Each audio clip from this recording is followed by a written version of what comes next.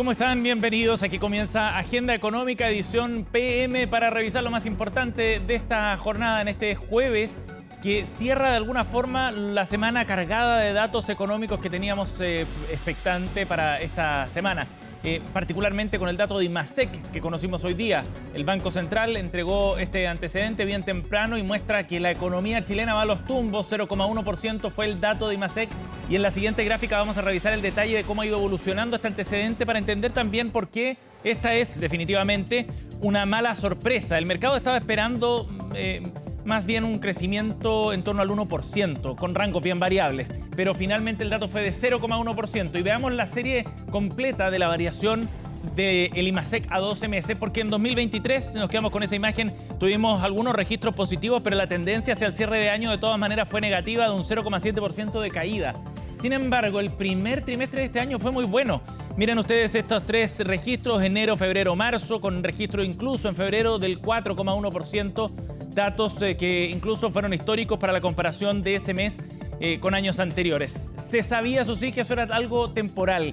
Lo habían pronosticado los economistas, también el ministro Marcel. El segundo trimestre iba a ser de menor crecimiento y después de abril de un 3,5%, en mayo un 1,1%, en junio se alcanza un 0,1%, y fue una decepción porque le contábamos que el mercado estaba esperando cifras más o menos cercanas al 1%. Los datos que entregó el INE el día de ayer ya anticipaban una cifra menor a la esperada, pero no tan baja de todas maneras. Veamos otro antecedente que siempre hay que mirar con detalle: el dato desestacionalizado. ¿Qué quiere decir esto? La actividad económica en comparación no al mismo mes del año anterior, sino al mes inmediatamente anterior en el calendario. Y aquí vemos cómo se ha ido comportando este registro desde datos negativos a comienzo de 2023. Cerramos el año más bien con cifras positivas en los meses por lo menos de septiembre, octubre y noviembre. Y luego en el primer trimestre de este año nuevamente veíamos expansiones bien interesantes. En marzo, por ejemplo, de un 1,8%.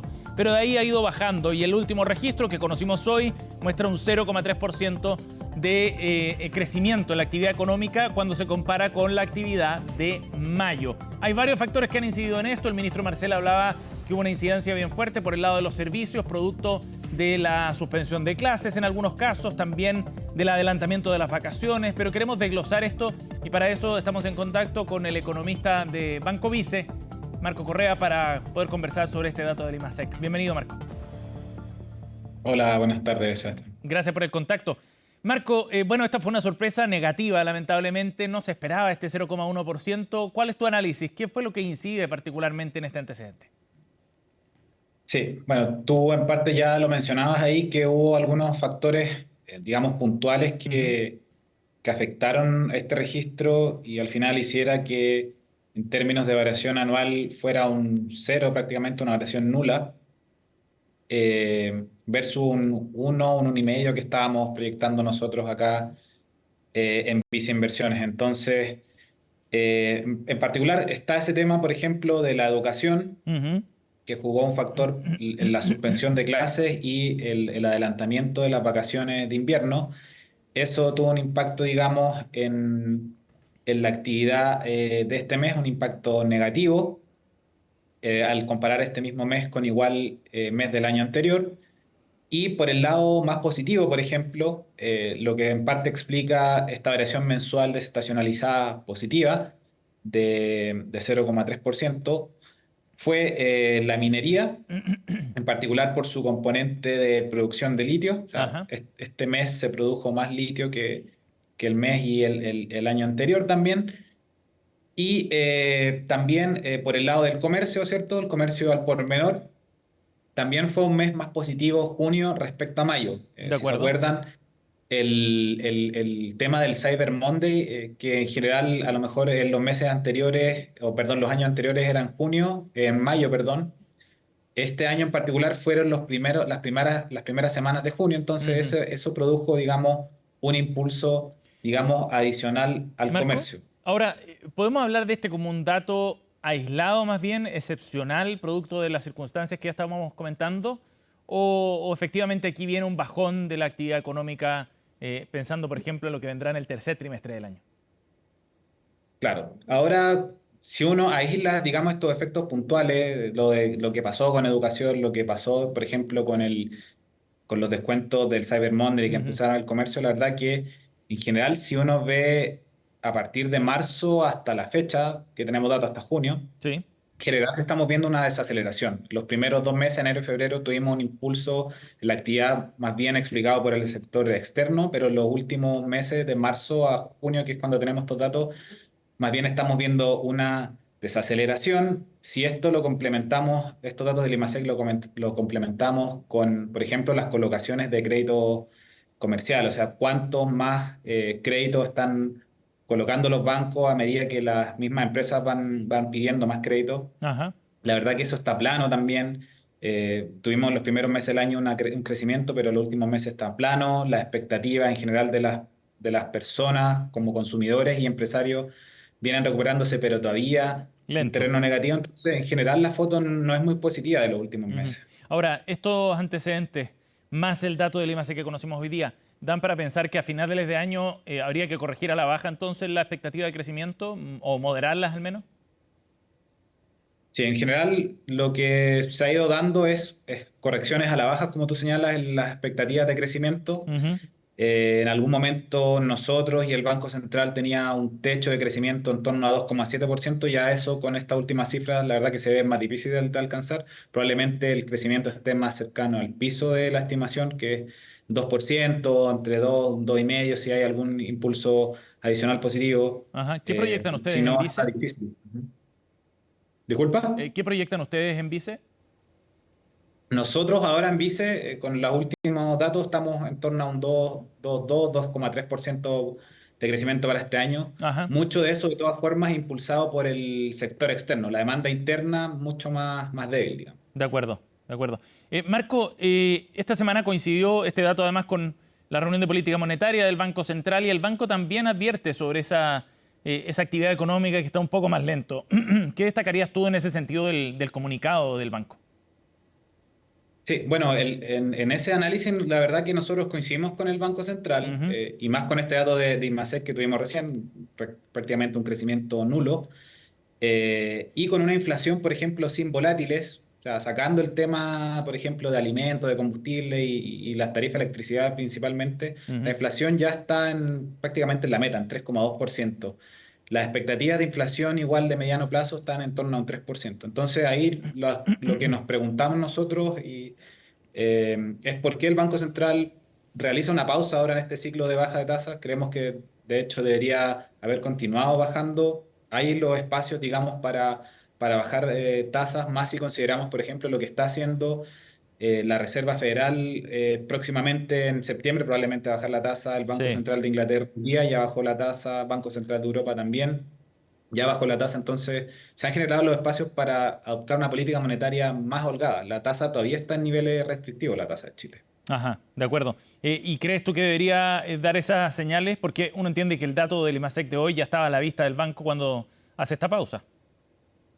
Claro, en general nosotros hubiésemos esperado, incluso sin considerar el dato de hoy día, el dato de hoy día Ujú. viene a reforzar más eso, pero ya los últimos datos de actividad venían un poco más malos, como te comentaba, las colocaciones de crédito también no están creciendo, entonces da para pensar que el Banco Central debería continuar bajando la tasa y creemos que quizás adoptó una cautela más allá de la necesaria ahora para con su, digamos, tasa de política monetaria. Hay espacios para seguir bajando, Ujú. considerando que la tasa neutral, digamos, la que es de equilibrio, está mucho más cercana a 4%. Sí. Entonces, que harto espacio todavía para bajar esa tasa. Marco, por último, para cerrar y en relación también a este tema, ¿ven ustedes un riesgo asociado a la inflación? Tú ya mencionabas las expectativas de largo plazo están más o menos ancladas, pero ¿lo ves como un riesgo que quizás el banco puede estar sobreponderando de alguna forma en este escenario? Claro, es parte del análisis que ahora estamos haciendo de Ujú. por qué o qué cosas podrían explicar, digamos, esta pausa en el Banco Central. Es que a lo mejor hay un temor de que de que la inflación como un todo se vaya mucho más allá de los niveles que ellos desean o que haya un efecto más persistente del alza de las tarifas. Las tarifas de electricidad van a acumular un alza, considerando lo que ya fue junio y hasta enero, cercana a un 60%, o sea, un alza importante. Y eso va a generar 1,5 puntos más de inflación.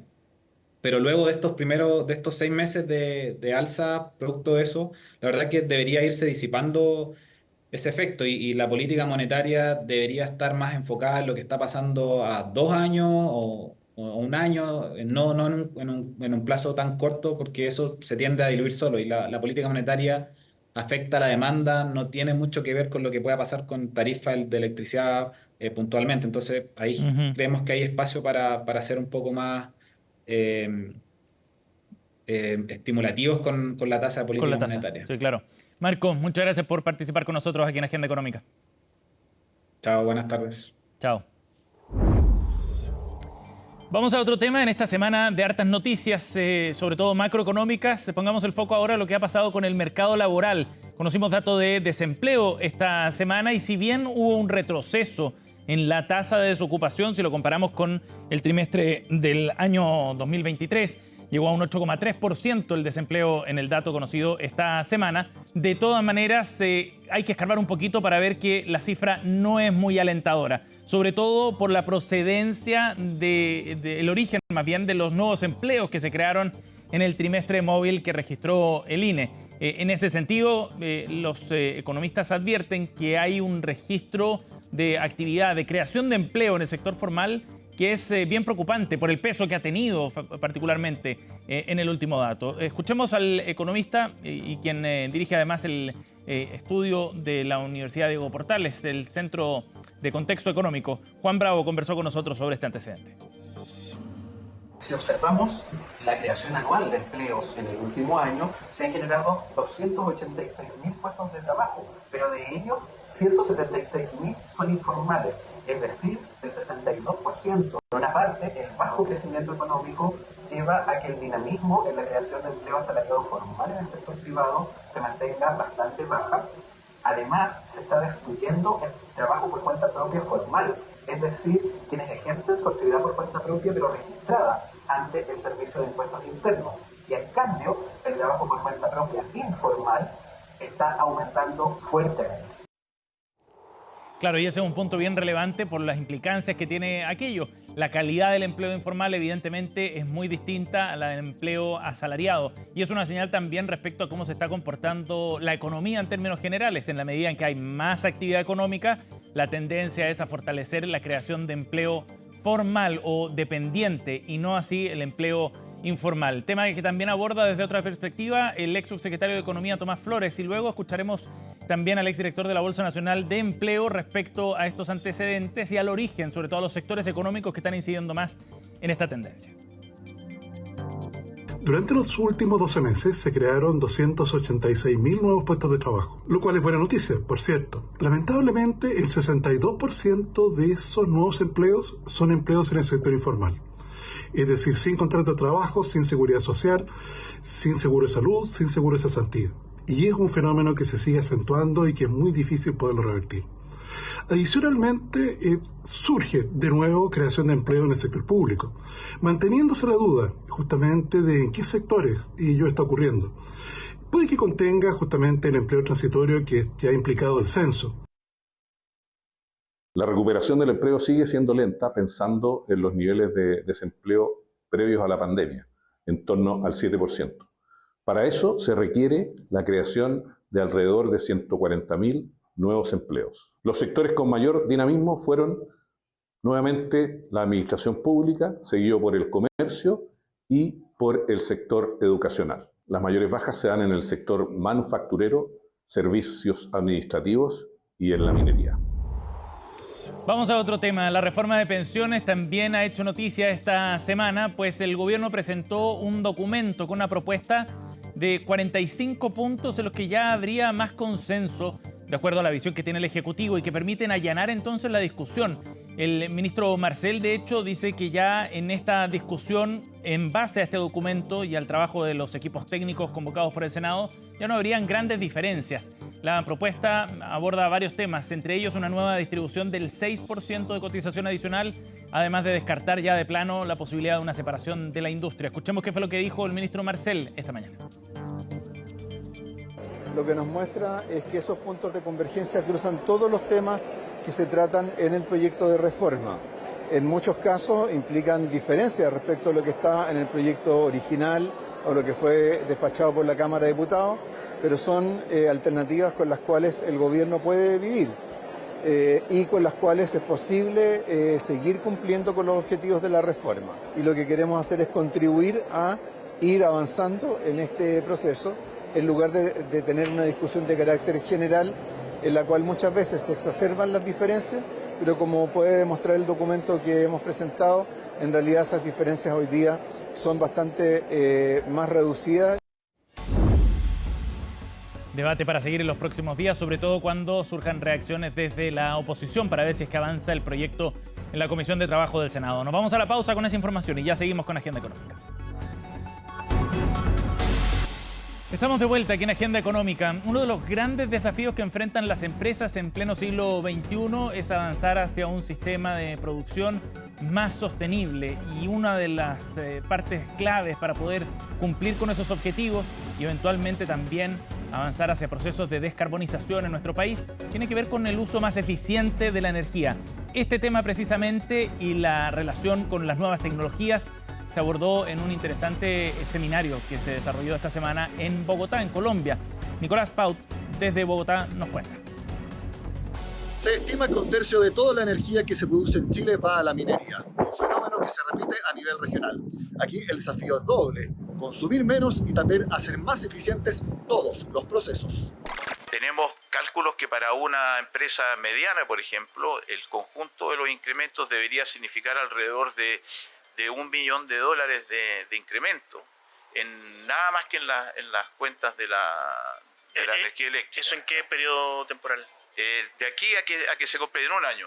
Así de fuerte sería el impacto de las alzas en las cuentas eléctricas, especialmente para la pequeña y mediana minería. En conjunto, puede sonar poco para un sector que representa 20% del PIB de Chile, pero por algo todas las empresas, sin importar el tamaño, están literalmente de cabeza viendo cómo reducir el consumo de energía. Un ejemplo es en Pelambres y su expansión. Estamos impulsando agua de mar y tenemos que optimizar con VDF, y esos variadores de frecuencia son de eficiencia energética, con lo cual optimiza el costo de impulsión de agua de mar. En los procesos ya establecidos que viene la concentradora, se están optimizando los recursos, optimizando los VDF y optimizando algunas fuentes de energía que son renovables, como te comenté en un corte. En el litio pasa exactamente lo mismo. Tan importante como consumir menos agua en la extracción en salares es bajar el consumo de kilowatts en los procesos. La industria minera como tal tiene consumos bastante intensivos energéticamente hablando, por lo cual tanto desde el punto de vista del tratamiento del mineral como también en sus distintos procesos, tanto químicos o metalúrgicos. Por tal motivo, eso ha generado que la industria tenga que empezar a trabajar en algunas certificaciones. Hay normativas que te permiten trabajar en los distintos medios de medición de calidad de energía, medición de distintas variables del proceso, lo cual te permite a posterior poder hacer un análisis para ver cuán eficientes están siendo tus procesos internos para la producción de distintas materias primas.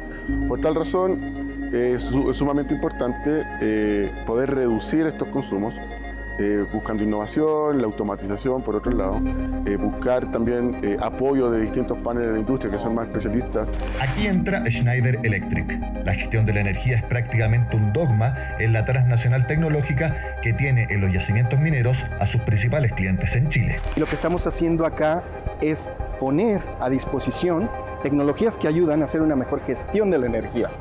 Abordando el tema que tú dices, no solamente es en relación a que va a subir el precio de la electricidad, sino que también creo que debemos de enfocarnos en lo que nosotros como individuos o como empresas podemos controlar. Y eso es la demanda.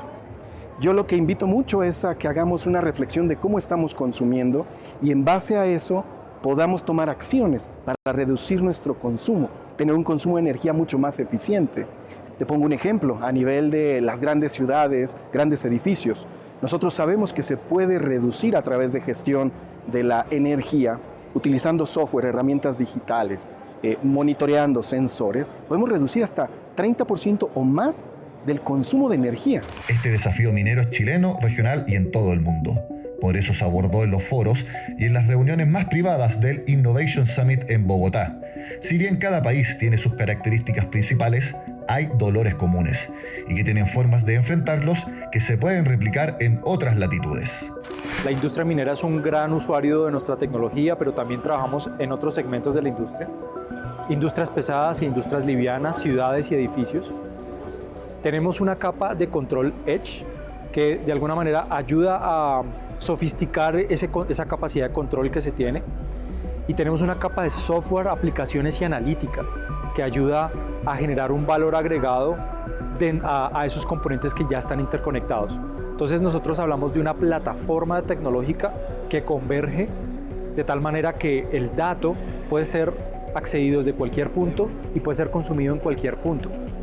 Eso nomás hace la diferencia para poder generar ahorros energéticos, estrategias de ahorro de energía, de eficiencia energética como tal, y también de optimización de procesos. Ahí empezamos a hablar de eficiencia. Ecopetrol es la empresa colombiana de petróleos. Es la más grande del rubro en la región y top 15 mundial. El país incluso exporta más hidrocarburo del que consume internamente. Aquí también se han enfrentado los mayores costos de la energía, no solo en dinero, sino que también regulatorios. Desde el punto de vista de los tiempos que toman estas cosas, sí he visto con preocupación que nos estamos demorando más en permitirle a la gente que tenga las fuentes de energía conectado a los centros de uso. Y son permisos para proyectos nuevos, convencionales, renovables, de esas fuentes nuevas, pueden ser solares, eólicos, geotermia, para todas las líneas de transmisión que estábamos hablando. Y eso requiere un cambio, porque en últimas, si no podemos entregar los proyectos en tiempo, vamos a impactar la calidad de vida de las personas, la oportunidad de los países para crecer y sobre todo generar oportunidades de negocio y oportunidades de trabajo para las personas y para la población. Voluntad política, claridad sobre qué hay que hacer y pasar del discurso a la acción específica. Mejorar la gestión energética no solo importa para gastar menos, también se traduce en mayor competitividad. Casi el 70% de la energía que se genera en Colombia viene del agua. Como la hidroelectricidad se considera por lejos la fuente más barata, le da una ventaja comparativa muy grande frente a sus competidores. Nos da una ventaja competitiva y también tiene desafíos importantes, porque el agua, aunque es muy costo eficiente, está expuesta a la variabilidad climática. Y cuando hay fenómenos como el fenómeno del Niño, que hay unas sequías prolongadas, se afecta al nivel de los embalses y hay que garantizar que se tenga la energía suficiente para poder complementar. Entonces, sin lugar a dudas, tener como base la hidroelectricidad es fundamental, complementándola con otras tecnologías limpias como el caso del sol y del viento. Cuando se habla de mejorar procesos, también implica realizar inversiones. ¿Son gastos muy altos para ser más eficientes en el consumo de energía? Nosotros llamamos a hacer visible lo invisible a través de herramientas digitales. Eso lo estamos haciendo y en la mayoría de los casos la información ya existe, está disponible. Lo que tenemos que hacer es llevarla a espacios, softwares, en donde se pueda poner en un marco de referencia para poder tomar acciones. No son grandes inversiones, Nico. Son inversiones definitivamente sí, pero hay diferentes modelos de negocio para direccionarlas. A veces no es tan fácil poder migrar el 100% de tu operación a una operación mucho más eficiente. Pero sí te permite en la actualidad, por ejemplo, buscar contratos de energía verde que convierten tu operación con la reducción de la huella de carbono, que es lo que toda la industria en general estamos buscando, por un mundo mucho más sustentable. Y eso también te permite también trabajar en otra arista que es más comercial, más contractual, pero que en el logro final, aparte de la reducción y de la optimización que uno puede hacer como compañía, también te permite estar dentro de una matriz energética renovable. Y eso es sumamente importante. Se calcula que para inicios de 2025 suban en promedio 60% las cuentas de la luz que pagamos las personas. Para los grandes clientes industriales, como la minería, se propone que paguen más para que financien un subsidio mayor. Todas muestras de cuán importante es que consumamos menos energía y que la que consumamos lo hagamos de manera más eficiente. Nicolás Paut, desde Bogotá, para CNN Chile.